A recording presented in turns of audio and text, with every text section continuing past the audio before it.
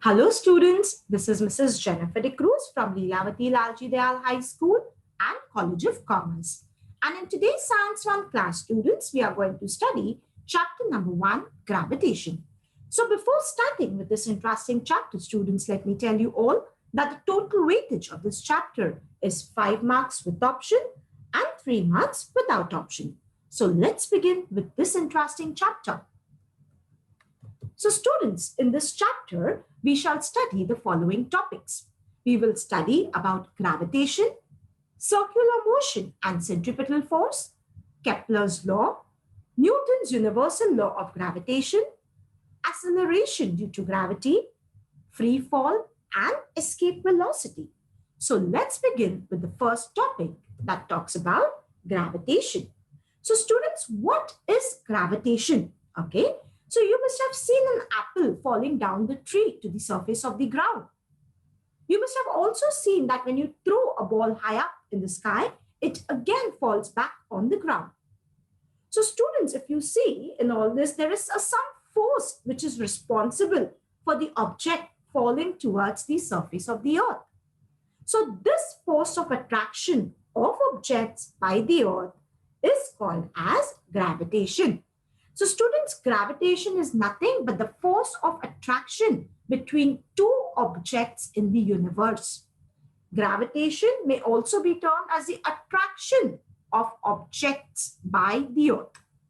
The force is proportional to the product of masses of the object and inversely proportional to the squares of the distance between them. And this force of gravitation, students, was discovered by Sir Isaac Newton. Let us now come on to the next topic, that is, what are circular motions and centripetal force? So students, when an object moves in a circle at a constant speed, its velocity, okay, is constantly changing. And what is velocity, students? It is nothing but the rate of change of position, which is a vector quantity. And what is vector quantity? It is a quantity that has both magnitude, that is mass, and direction. So this velocity, students, its velocity is changing, not because the magnitude of the velocity is changing, but because its direction is, okay? So a centripetal force, students, is a net force that acts on an object to keep it moving along a circular path. So we can also see, students, that a centripetal force is a force that acts on any object moving along a circle and is directed towards the center of the circle. Okay, that can be termed as the centripetal force. That is, the object tries to go towards the center of the circle because of this force. Let us now check on to the next topic, that is, what is Kepler's law? Okay, so you can see there are 3 laws which are propounded by Kepler. So the first law says the planets orbit the sun in ellipses with the sun at one focus. Okay, the other focus is empty. Second law says that the line joining the sun and a planet sweeps through equal areas in an equal amount of time. And third law says the square of the period of planet's orbit is directly proportional to the cube of the mean distance of a planet from the sun. So these are the 3 laws that we need to remember, students. Let's move on to the next topic, and that is Newton's law of gravitation. Okay, so students, what is Newton's law of gravitation saying? So according to this theory, every object in the universe attracts every other object with a definite force. This force is directly proportional to the product of the masses of the 2 objects, and it's inversely proportional to the square of the distance between them. So students, the G that is there, okay, G is the constant of proportionality and it's called the universal gravitational constant. So G is termed as the universal gravitational constant. Okay. Now, students, if you see in this diagram, okay, what we'll see is there are two objects of masses m1 and m2. We assume that the objects are very small spheres of uniform density, okay? And the distance r between their centers is very large as compared to the radii of the sphere, okay? So the distance between these two spheres is very large as compared to the radii of the spheres. Now the magnitude F, okay, F which is termed as the magnitude of the gravitational force of attraction between the object is directly proportional to M1 and M2, and it is inversely proportional to R2, okay, which is your D2. So students, here, if you can see in the formula, F is equal to, okay, G, that is the gravitational constant, M1, M2 divided by D2, okay, where G is the constant of the proportional and it is always called as the universal gravitational constant, okay. So we have to remember this, students, in Newton's law of gravitation, every object in the universe attracts every other object with a definite force, okay. Let's move on to the next topic, and that is acceleration due to gravity, okay. So students, herein, what is acceleration due to gravity?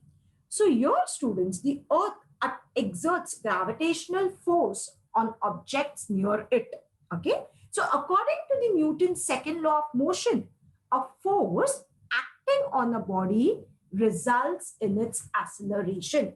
Now, what was Newton's second law? If you remember, students, you've studied that in your earlier classes. Newton's second law says the rate of change of momentum is proportional to the applied force, and the change of momentum occurs in the direction of the force.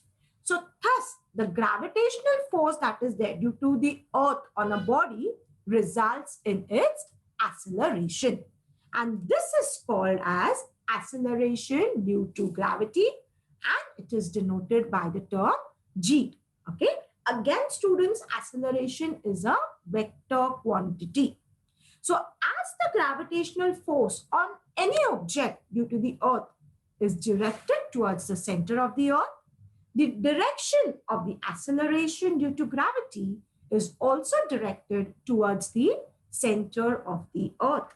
That is, it is always vertically downwards, okay. So you can also say that, students, acceleration means the rate of change of velocity of an object with respect to time, okay. So this is what acceleration due to gravity is all about.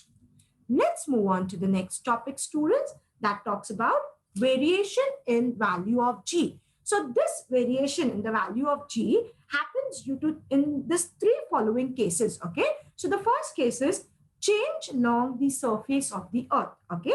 So there is a variation when there is change along the surface of the earth. So how does it take place? The earth, students, it bulges at the equator and it is flatter at the poles, okay. So its radius is larger at the equator and it is smallest at the poles. So the value of G is thus highest, okay.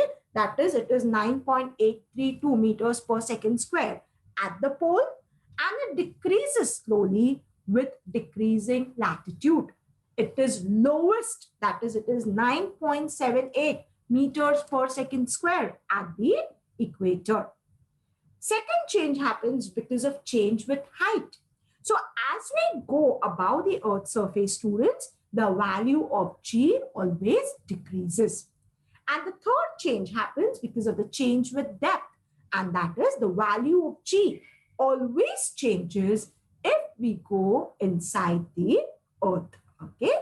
Let's move on to the next topic, students, and that is free fall. Now, what is free fall, students? Okay, so whenever an object moves under the influence of the force of gravity alone, it is said to be falling freely.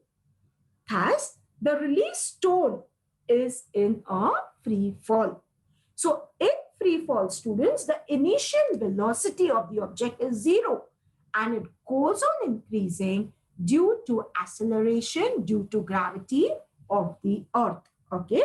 So what is free fall in simple terms if you want to jot it down, students? When the body falls in the air, there are three forces acting on the body. First is the gravitational force due to the earth acting downward. Second is the buoyant force, that is a force of upthrust due to air acting upward. And third one is the force due to friction with air acting upwards. Okay. So here in students, during free fall, the frictional force due to air, okay, opposes the motion of the object, and the buoyant force also acts on the object. Thus, true free fall is possible only in vacuum. Okay. So to remember this, you have to just remember that whenever an object moves under the influence of force of gravity alone, it is said to be falling freely. Okay. So with this, students, we've completed the chapter. Hope you understood it. Thank you.